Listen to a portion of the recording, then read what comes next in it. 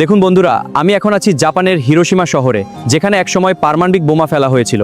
কিন্তু আজ এই শহর আবার নতুনভাবে দাঁড়িয়ে আছে। চলুন এর ইতিহাসটা জানার চেষ্টা করি। হিরোশিমার শুরু 1519 সালে, যখন মোরি তেরুমোতো এখানে হিরোশিমা ক্যাসেল তৈরি করেন।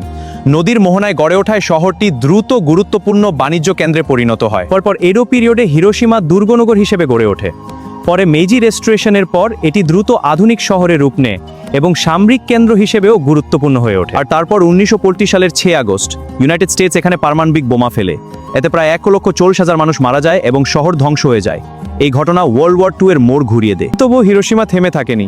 যুদ্ধের পর মানুষ আবার শহরটি নতুন করে গড়ে তোলে এবং এটি শান্তির প্রতীক হয়ে ওঠে। আজকের হিরোশিমা একটি আধুনিক শহর, যেখানে ইতিহাস আর বর্তমান একসাথে মিশে আছে।